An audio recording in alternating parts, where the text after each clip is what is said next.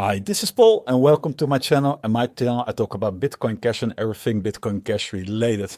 Bienvenido a todos, yo me llamo Paul y en mi canal hablo de Bitcoin Cash y todo Bitcoin Cash relacionado. Yo sigo en español con entrevista, entonces pon los subtítulos en inglés, por favor. I'm here now with Tracy Thurman. Thank you for having time with me. Absolutely, it's my pleasure. First of all, could you introduce yourself to the public who do not know you? Sure, my name is Tracy Thurman, and I come from the United States. I've been working as an activist in the for freedom in the United States for some years now. My focus primarily before this was on protecting farmers and protecting medical freedom and fighting the lockdowns. But I have been involved in the crypto space for some time. And the case of Roger Ver concerned me so much that I decided to essentially drop everything else that I'm doing and do everything I can to achieve freedom for Roger.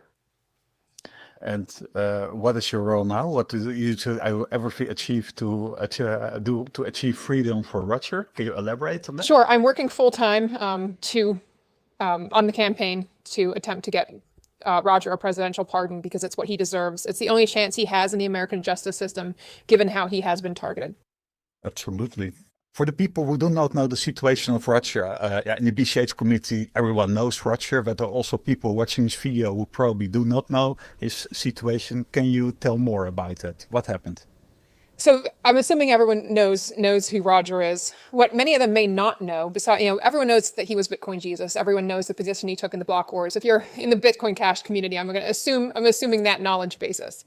But what you may not know is that Roger has actually been a victim of what we call lawfare in the States, warfare by law, by the US government as far back as around the year 2000. When he was in his early 20s, I believe 21 years old, he ran for office here back in the United States as a libertarian. It's the freedom-based party, for those of you who aren't in the US.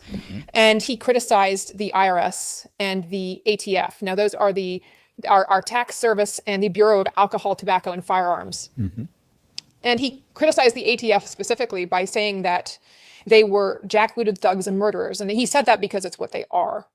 He was referring to what they had done in a place called Waco, Texas, back in the early 1990s. Anyone from the U.S. will be aware of what Waco, Texas was. And it was in Holland too. Okay, I'm glad to hear that people know about that. And so it's essentially a fringe religious group who had been selling guns, and the ATF decided that the solution to this was not to have anyone surrender, and instead there was a massive standoff which ended in young children being incinerated, burned to death, and ATF agents posing, with thumbs up and smiling in front of the incinerated corpses of children. It was a horrific moment that any American should have been fazed by at an absolute minimum, and really should have woken any American up to the evils our government was capable of.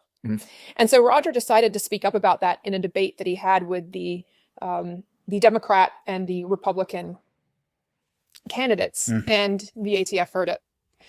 So there's this saying, show me the man and I'll find you the crime. And that is what they did with Roger. He was selling fireworks on eBay. And then there's this, that time that was completely legal. There was a guns and ammo section where you could sell things like fireworks. And there's a carve out in US law where fireworks have to be below a certain explosive level unless they are for agricultural use for pest control. So he was selling pest control fireworks on eBay. Yes. Now, and he was buying them, I think, from Cabela's catalog and reselling them. Fireworks, just fireworks. And anyone else who was doing this was left alone. Cabela's was left alone. Nobody had a license to do this. But they decided one man needed a license to do it, and that was Roger. So they were after him for years. You can make a good case that they tried to entrap him for doing this by attempting to get him to make additional sales, which he never did. And eventually they put him in prison for 10 months. Now note that while he's in prison for these 10 months, other people are continuing to sell these fireworks on eBay and by magazine with no problems. Eventually this was shut down. But it was very clear to Roger and to anyone who was watching that he was being targeted, and he was being targeted personally, and that he was no longer safe in the United States. So he then decided to leave the US. And many people do not know that backstory. This is far long before crypto. So the first day he was able to leave the US for his safety, he did leave the US in 2006. There's a video on his channel about it. Yes. I recommend anyone go and watch that. And go and watch the video that he put up about his experience in prison. It was one he made to support Ross. Yeah. And if you don't know about the American prison system, you need to see that video. It's horrifying. With the work I do, I've spent a lot of time in American prisons. They're not something you want to wish on your worst enemy. They're very dangerous, evil places. And Roger's now facing 109 years back in the same prison system. That's incredible, yeah. So so basically Roger renounced his US citizenship after he was finally in 2014 able to attain other citizenship. And when he did that, the US has a rule that is arguably unconstitutional where you have to pay taxes as if you had sold all your property on the day that you leave the country. It's called a constructive hypothetical sale for those who are legally minded. And now at that time, Mt. Gox had just collapsed. And so how does one sell more than the entire trading volume of Bitcoin when within one day? It's impossible. After a certain number, they're going to be worthless. Yes. Right? Yeah. And so, but he wanted to make sure he did everything perfectly. So he hired the best possible team of accountants, tax attorneys, and they were instructed to make sure that everything was done perfectly because he's a smart man. He knew the US government would come after him if he did even the slightest thing wrong. So he told them, make sure everything is perfect. And as far as he knew and as far as they knew, they did. But the US government was, of course, not done with Roger because then he was the biggest advocate for Bitcoin. And he was the biggest advocate, really, for more importantly than Bitcoin, as any Bitcoin casher knows, for decentralized, permissionless, free exchange systems. And that, above all, is a threat to the US government. And that is why one of the reasons he was public enemy number one. Now, the other reason that the US government hates him is something very few people know. I'm assuming anyone listening to this is familiar with Jullian Assange and WikiLeaks. Absolutely, I think so, yes. And I'm assuming everyone is familiar with how the US government feels about Jullian Assange and WikiLeaks. Roger was one of the main funders behind Jullian Assange investigations. Nobody knows that. You're one of the first to know. And he was one of the main funders behind the anti-lockdown movement during COVID, behind the medical freedom movement during COVID, funding organizations that helped doctors who were standing up to the mandates, who were losing their jobs, to be able to continue to make enough money to feed their families and to stand up to the government. Do you mean also the Brownstone Institute? Correct. Absolutely. Which I am an author. I'm a writer for the Brownstone Institute as well. And so it's near and dear to my heart, the work he did. And so few people knew this because he never publicizes it himself. But the US government sees everything through their surveillance systems. So while ironically the US public who was benefiting from the work Roger was doing, the humanitarian work, did not know, the US government did. And I believe that, on top of everything else, is why they chose to come after him. So we have his work for cryptocurrency. Yes. We have his work toward freedom and funding the anti-war movement. For those who don't know antiwar.com, I recommend you check it out. He was a major funder of antiwar.com as well. We put a link in the video, antiwar.com. Antiwar.com. Yes. Yeah. And the clincher, though, was probably that Roger then wrote the book, Hijacking Bitcoin. And I'm sure you're familiar with the book. Absolutely. I got a couple of copies. Excellent. Yep. Distribute them far and wide. They are now available in Spanish, I believe in a couple other languages as well. So you can go to hijackingbitcoin.com and see what other language they're available in. But I recommend everybody read this book. And in this book, he reveals the effort to derail Bitcoin as a permissionless, decentralized opportunity where you and I could go into a cafe, pay with Bitcoin for a cup of coffee. I don't need to explain this to Bitcoin cashers, but I know, yes. But for the rest of the world, this was a story many did not know. So many of us were demoralized in 2017 during the block size wars. So many people walked away from cryptocurrencies, and that really was the point, wasn't it? It was to have us walk away, to have us abandon it, and to have it fork, to lose the single blockchain that was functional as an alternative to government currency. That was also taught in the book 2014. Bitcoin was a bigger threat than it's right now because of the peer-to-peer. Absolutely. Cryptocurrency usage is down. It's down, not up. That is a win for the tyrants in this world. It's not a win for freedom. And so it's not a coincidence that Roger's arrest came right as he published this book, and literally almost to the day that he was launching the book tour. So the U.S. government has managed to derail the book tour, to derail the publicity for hijacking Bitcoin. But what they've done above all is they are trying to take down the man who has been quietly behind the scenes, providing the backup, providing the financial capability for other Americans to stand up for their freedom. He's not even an American anymore, and yet he has helped us in this way. And the work he did with Jullian Assange, that has reverberated throughout the entire world, yet no one knows Roger. So we all know the US government then managed to derail the book tour and the publicity for hijacking Bitcoin, which would have made this story much more well known. Yes. But the real thing the US government is attempting to do here with this egregious case against Roger is take out the man who has been quietly behind the scenes with no public recognition, funding WikiLeaks, funding Jullian Assange, funding the anti-war movement, the medical freedom movement, the anti-lockdown movement, all of this. And because of the US government surveillance systems, the irony is they knew, we didn't. But it's time that the world knows what Roger has done, and it's time that the world stands up and protects the man who has done so much for us. Anyone listening to this, I think Roger's impacted your life. Absolutely. I mean, this is a Bitcoin Cash. Absolutely. One way or another, or it is with Bitcoin or with Bitcoin Cash. And the concept of peer cash, the vision from Satoshi Nakamoto, he is the person who was living this and spreading this message. And yes. I mean, he was called Bitcoin Jesus for a reason, right? And so Roger is facing 109 years in prison. And for those who are more interested in the US law aspect of this, it's an incredibly dangerous precedent they're trying to set, because essentially they are claiming that you can no longer rely on your accountant and your tax attorney's advice. If you hire the best attorneys, tax advisors, and then still you're which is a very, very dangerous precedent if this is allowed to stand, because the US tax code is hundreds of thousands of pages long. None of us can memorize it. None of us could possibly memorize it. Anyone whose taxes are more complicated than the most basic form has to hang their hat on being able to depend on the advice of an expert or a group of experts. So if that's taken away from us, none of us are safe. Not one of us who's an American is safe ever again.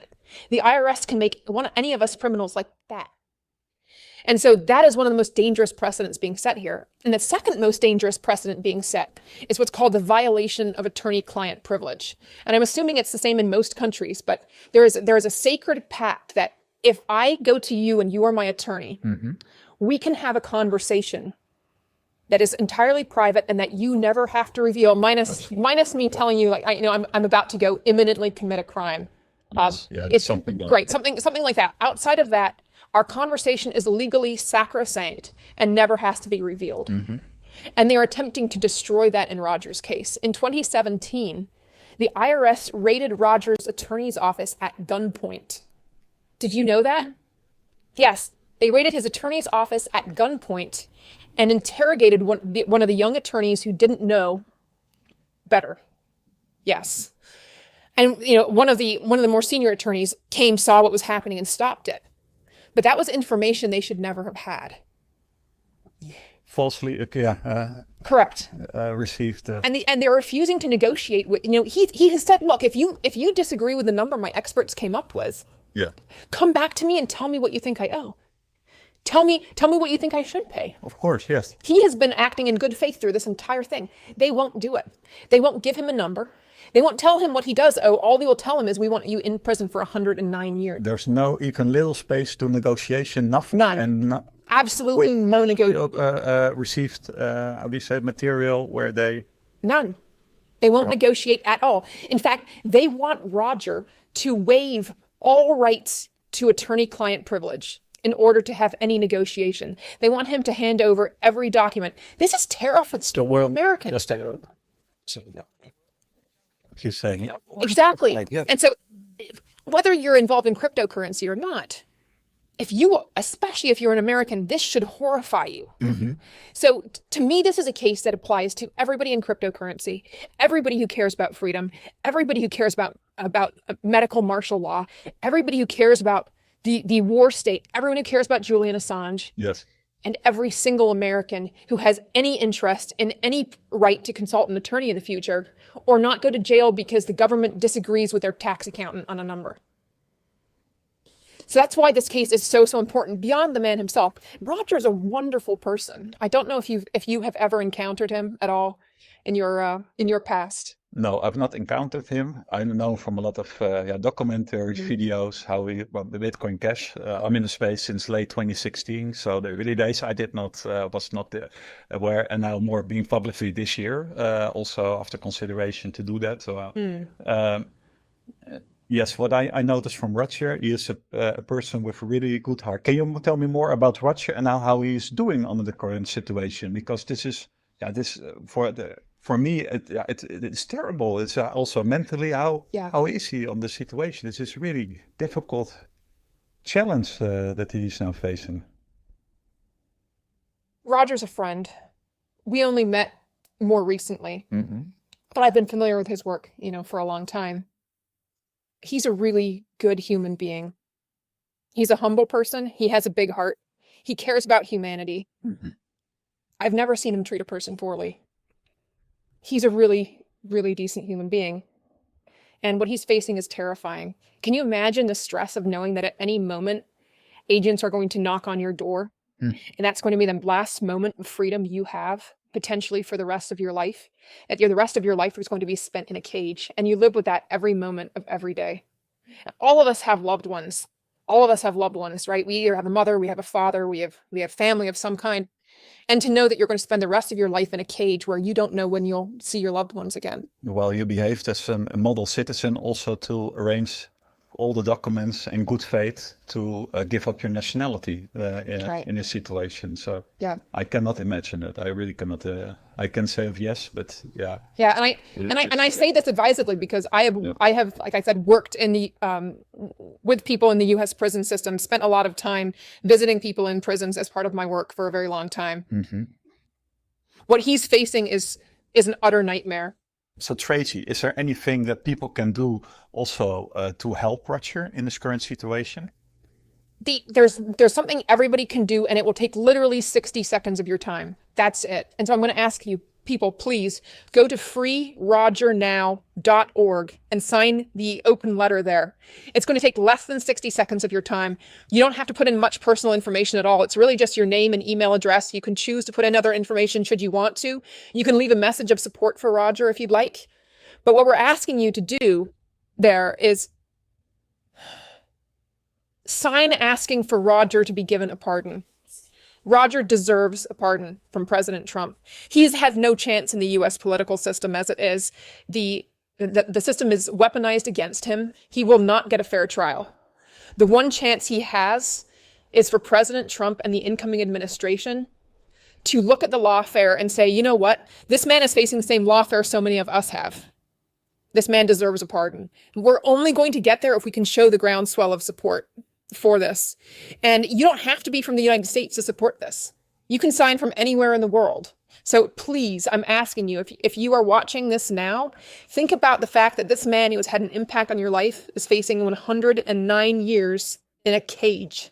He will die in a cage unless we stand up now. It's worth 60 seconds of your time. So please go to freerogernow.org and sign the open law. I made a video earlier about this this week. I put the link also in the description. So also if you also would like guidance how to do it, it's really straightforward, really simple.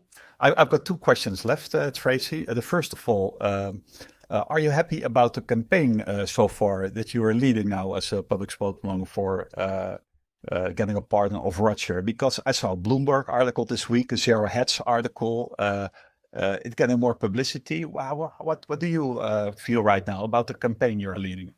It's beautiful to see so many people, including ordinary citizens, not just people who are, influential, standing up for Roger, because he has impacted so many of our lives. And to see people standing up now for him, it really moves me, because it's the only way we're going to save this man's life. So please go on X, especially other channels too, but especially on X.